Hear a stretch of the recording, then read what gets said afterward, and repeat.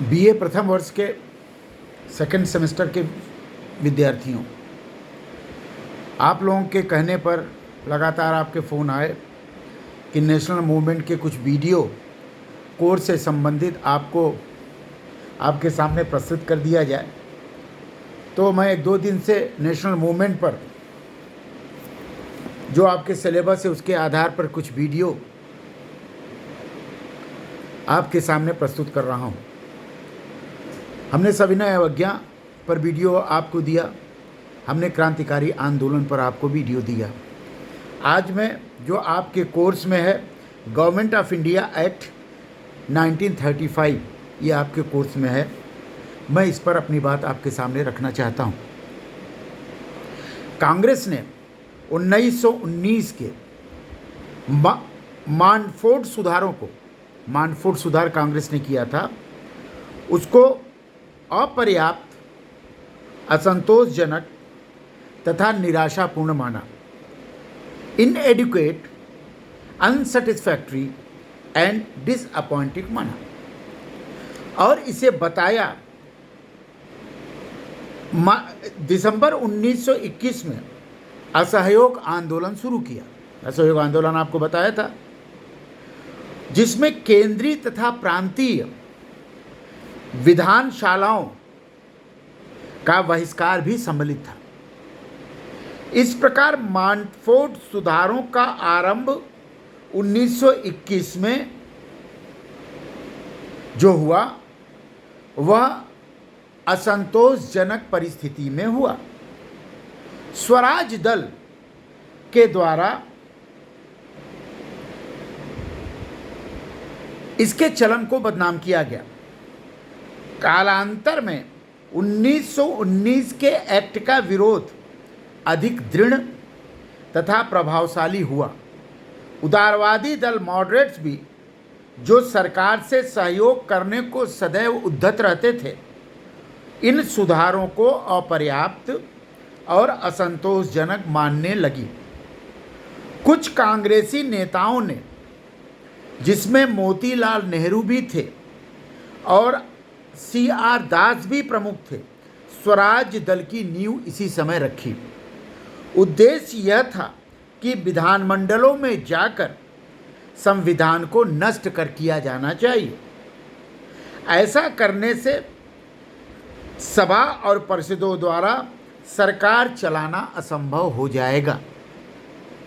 1923 के चुनाव में बंगाल और मध्य प्रांत में पूर्ण बहुमत मिला और कई अन्य प्रांतों में सबसे बड़े दल के रूप में कांग्रेस आई।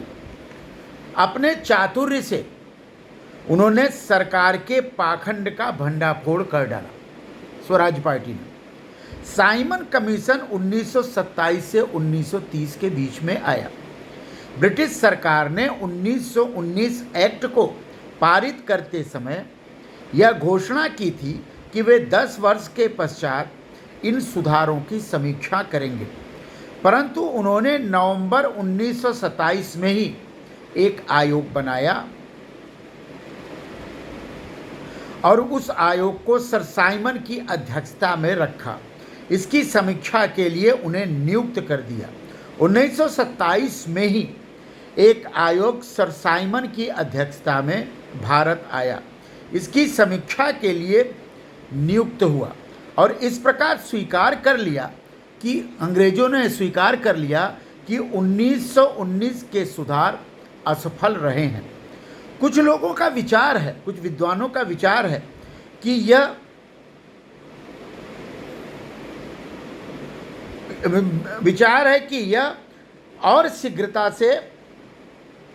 शीघ्रता से कांग्रेस के आंदोलन के कारण ही हुआ, और दूसरी ओर विचार यह है कि लॉर्ड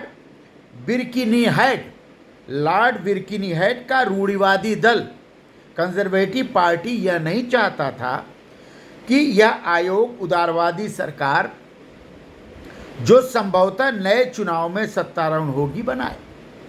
साइमन आयोग की रिपोर्ट जो 1930 में प्रकाशित की गई, उसके निम्न सुझाव थे। नंबर 1, प्रांतीय क्षेत्र में विधि तथा व्यवस्था सहित सभी क्षेत्रों में उत्तरदायी सरकार गठित की जाए। दूसरा, केंद्र में उत्तरदायी सरकार के गठन का अभी समय नहीं आया है। तीसरा, केंद्रीय विधानमंडल को पुनर्गठित किया जाना चाहिए और 1/3 की भावना को छोड़कर संघीय भावना को माना जाना चाहिए और इसके सदस्य को परोक्ष पद्धति से प्रांतीय विधानमंडलों द्वारा चुना जाना चाहिए। 1928 में नेहरू की रिपोर्ट आई। सभी राजनीतिक दलों ने सर्वदलीय कॉन्फ्रेंस बुलाई। पंडित मोतीलाल नेहरू की अध्यक्षता में नियुक्त एक कमेटी ने भारतीय संविधान का सर्व अनुमोदित रूप प्रस्तुत किया। नेहरू कमेटी की रिपोर्ट ने सुझाव दिया कि शरारत भरी सांप्रदायिक चुनाव पद्धति त्याग दी जाए ताकि उनके स्थान पर अल्पसंख्यकों के लिए उनकी जनसंख्या के आधार पर स्थान आरक्षित कर दिए जाएं। इसने समस्त भारत के लिए 1/3 एक इकाई वाला संविधान प्रस्तुत किया। इसके द्वारा भारत को केंद्र तथा प्रांतों में पूर्ण प्रादेशिक स्वायत्तता मिले। मुस्लिम लीग ने जिन्ना द्वारा प्रस्तुत 14 संकेत फोरम पॉइंट को अपने आरक्षण के लिए कांग्रेस के समक्ष प्रस्तुत किया। लॉर्ड अर्विन की डोमिनियन स्टेट विषय में घोषणा 1929 में हुई। अक्टूबर 1929 में लॉर्ड अर्विन ने रैमजे मैकडॉनल्ड की नवगठित श्रमिक सरकार से मंत्रणा के पश्चात यह घोषणा की कि भारत की उन्नति का अंतिम चरण डोमिनियन स्टेट्स प्राप्त करना है, स्वतंत्रता प्राप्त करना नहीं, स्वराज्य प्राप्त करना नहीं। इसके अतिरिक्त उन्होंने यह घोषणा की कि अंग्रेज सरकार ने यह निश्चय किया है कि साइमन आयोग की रिपोर्ट की इंग्लैंड में एक गोलमेज कॉन्फ्रेंस में विवेचन की जाएगी, जिसमें अंग्रेजी सरकार, भारतीय अंग्रेजी प्रदेश तथा भारतीय रियासतों के प्रतिनिधि भाग लेंगे। गोलमेज कॉन्फ्रेंस 1930 से 1932। गोलमेज कॉन्फ्रेंस ने अपने अधिवेशन लंदन में 1930 से 1931 तथा 1932 में किए। 2-3 का गोलमेज का कॉन्फ्रेंस हुए। कांग्रेस, जिसमें सविनय अवज्ञा आंदोलन प्रारंभ किया हुआ था और केवल दूसरे अधिवेशन में ही गोलमेज सम्मेलन के दूसरे अधिवेशन में महात्मा गांधी ने भाग लिया। इस कॉन्फ्रेंस में मुख्य रूप से जिन मुद्दों पर सहमति हो सकी वे थे: 1. भारत की नई सरकार का रूप अखिल भारतीय संघ होना चाहिए, फेडरल होना चाहिए। 2. संघीय सरकार कुछ आरक्षणों के साथ संघीय विधानमंडलों के प्रति उत्तरदायी होनी चाहिए। 3. यदि भारतीय प्रतिनिधि सांप्रदायिक उलझन को न सुलझा सकें तो प्रांतों को प्रांतीय स्वशासन, प्रोविंशियल ऑटोनॉमी मिलना चाहिए। अंग्रेजी प्रधानमंत्री ने अलग निर्वाचन मंडलों को बनाए रखा और फिर 1932 में अपना प्रसिद्ध सांप्रदायिक निर्णय कम्युनल अवार्ड दे दिया। इसके अनुसार प्रांतीय तथा केंद्रीय विधानमंडलों में सीटों का विभाजन सांप्रदायिक अनुपात में करने का प्रयत्न किया गया। सबसे प्रमुख बात यह थी कि अनुसूचित जातियां, शेड्यूल्ड कास्ट को भिन्न संप्रदाय मानकर उन्हें आरक्षित किया गया और उनको हिंदू समाज से अलग मान्यता देने का प्रयास किया गया। महात्मा गांधी ने हिंदू एकता को ध्यान में रखते हुए और दलितों को हिंदू समाज से बहिष्कृत करने और हिंदू समाज से पृथक करने की अंग्रेजी कूटनीति को समझते हुए उन्होंने आमरण अनशन कर दिया एरवदा जेल में, पुणे जेल में, और अंत में उसके आधार पर पूना समझौता हुआ, जिसके अनुसार उसमें थोड़ा परिवर्तन किया गया। इस अधिनियम में लाए गए निम्नलिखित मसविदों की सहायता ली गई: साइमन कमीशन की रिपोर्ट को, सर्वदलीय कॉन्फ्रेंस नेहरू समिति की रिपोर्ट को, तीनों गोलमेज कॉन्फ्रेंस में हुए वाद विवाद को, श्वेत पत्र को, संयुक्त प्रवर समिति को, लोथियन कमेटी के रिपोर्ट को इसमें शामिल किया गया। एक्ट की जो धाराएं थी, यह एक्ट बहुत अधिक विस्तृत लेख है क्योंकि एक बहुत ही उलझे हुए संघीय संविधान के विषय में है।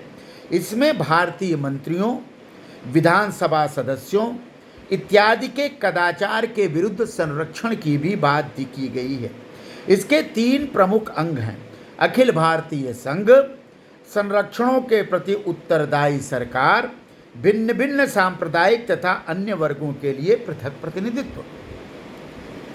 संघीय ढांचा: इस अधिनियम के अनुसार 1935 के अधिनियम के अनुसार जो रूप दिए गए थे वह इस प्रकार है, जो मैं आपको सामने इसमें रखता हूँ।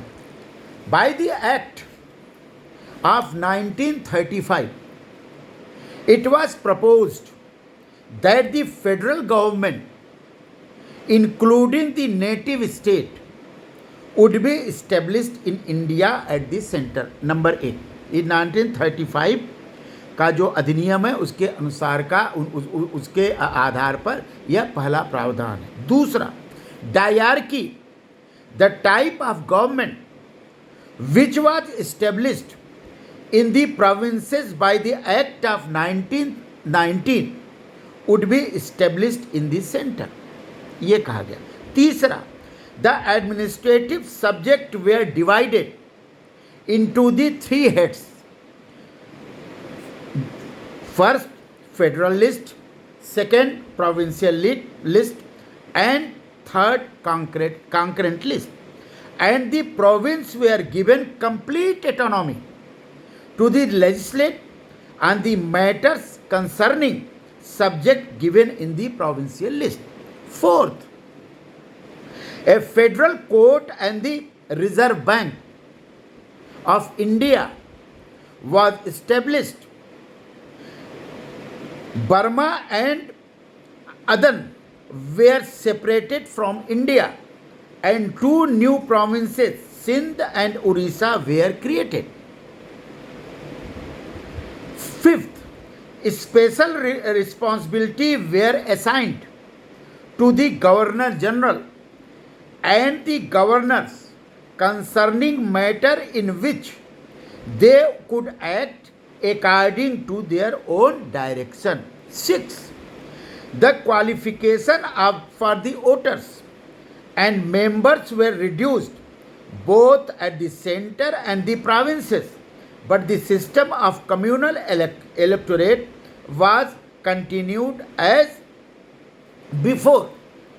Seventh, working on the principle enumerated above, change were made in the home government and government at the center and the provincial government. 8. India Council was abolished, and in the place advisors numbering between 3 to 6 were appointed. The Secretary of the State was not expected to interfere in the matter with which the government dealt with the help of ministers, and the High Commissioner of India was to be appointed by the Governor General for 5-year term. 9. The system of diarchy was established at the center. 10th, the Governor General has some special responsibility concerning which could act according to his own directions. 11th, the Governor General had the power and frame ordinance beside and executive power as the head of the administration. 12. The federal legislature consisted the 2 houses vis-a-vis the Council of State and Federal Assembly. 13. The Council of State had 260 members, including 104 members nominated by the rulers of native states. The council was permanent body, but 1/3 of the member retired every year. Number 15. The Federal Assembly had 375 members, including 1 to 5 members nominated by the rulers of the native state. 16. The tenure of the assembly was for 5 years. The governor was the head of the provincial administration and was assisted by the council of ministers who were chosen by him from among the members of the provincial legislatures and were responsible to it, thereby giving the name of provincial autonomy in the provincial administration. 18. The legislature of Madras, Bombay, Bengal, Uttar Pradesh, Bihar, and Assam and had 2 houses, the Legislative Council and Legislative Assembly, while the rest of provinces had 1 house, Legislative Assembly. Only in the Council of Governor, the governor nominates some members. Otherwise, all other members were elected by the legislatures.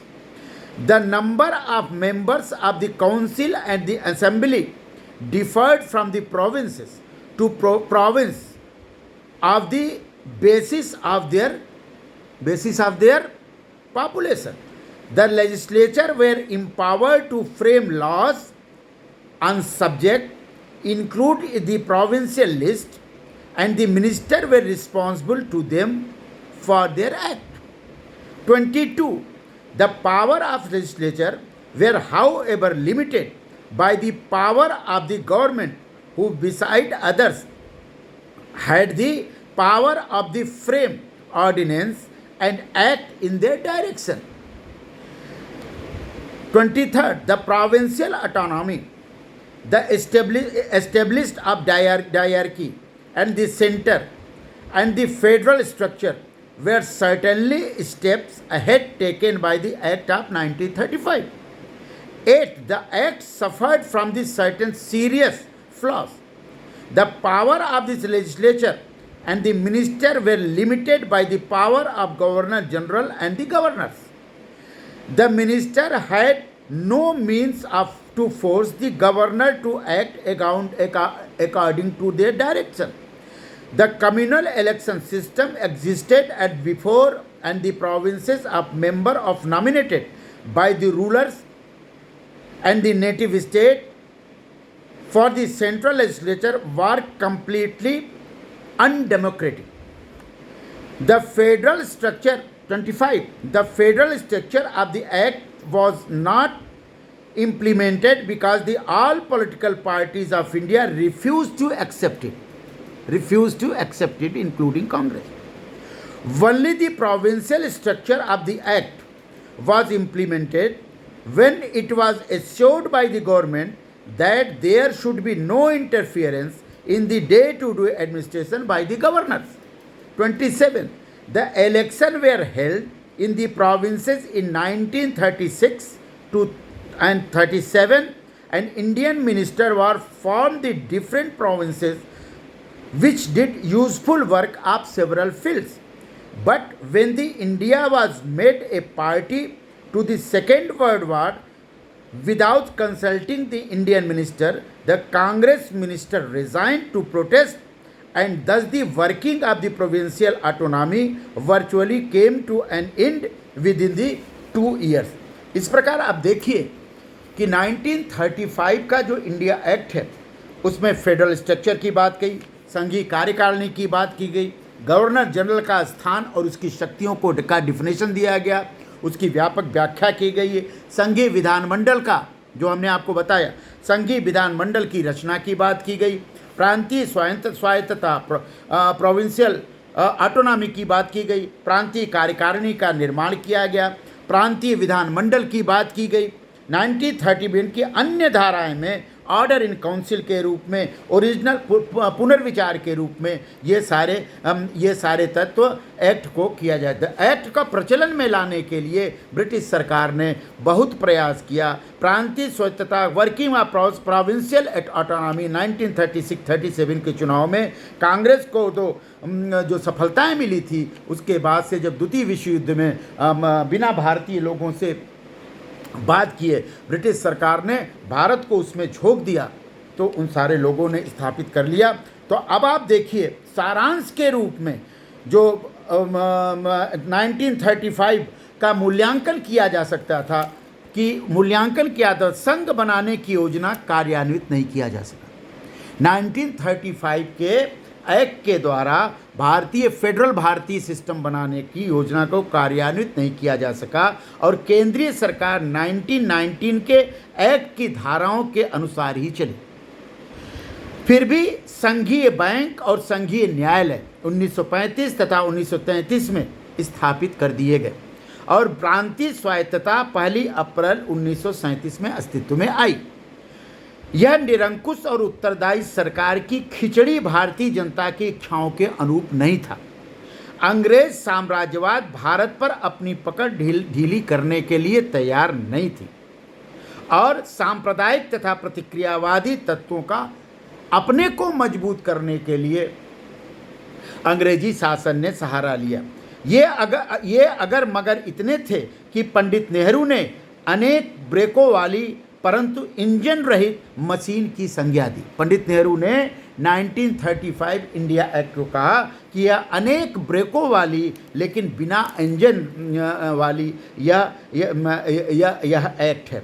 जिन्ना ने भी इस act की निंदा की। एक अन्य विश्व युद्ध तथा सत्याग्रहों की आवश्यकता थी और अंग्रेज हृदय के समूल ताकि अंग्रेजों का हृदय पर परिवर्तन, और गांधी ने हृदय परिवर्तन के लिए अपने आंदोलन किए। इस प्रकार 1935 एक्ट, इंडिया एक्ट, राष्ट्रीय स्वतंत्रता संग्राम आंदोलन के जो संवैधानिक विकास है, भारत का जो संवैधानिक विकास है, उसका एक महत्वपूर्ण पड़ाव है। यद्यपि यह पूर्णतः से सफल नहीं हुआ, यह असफल ही माना जाना चाहिए और यह इसका एक महत्वपूर्ण भाग है।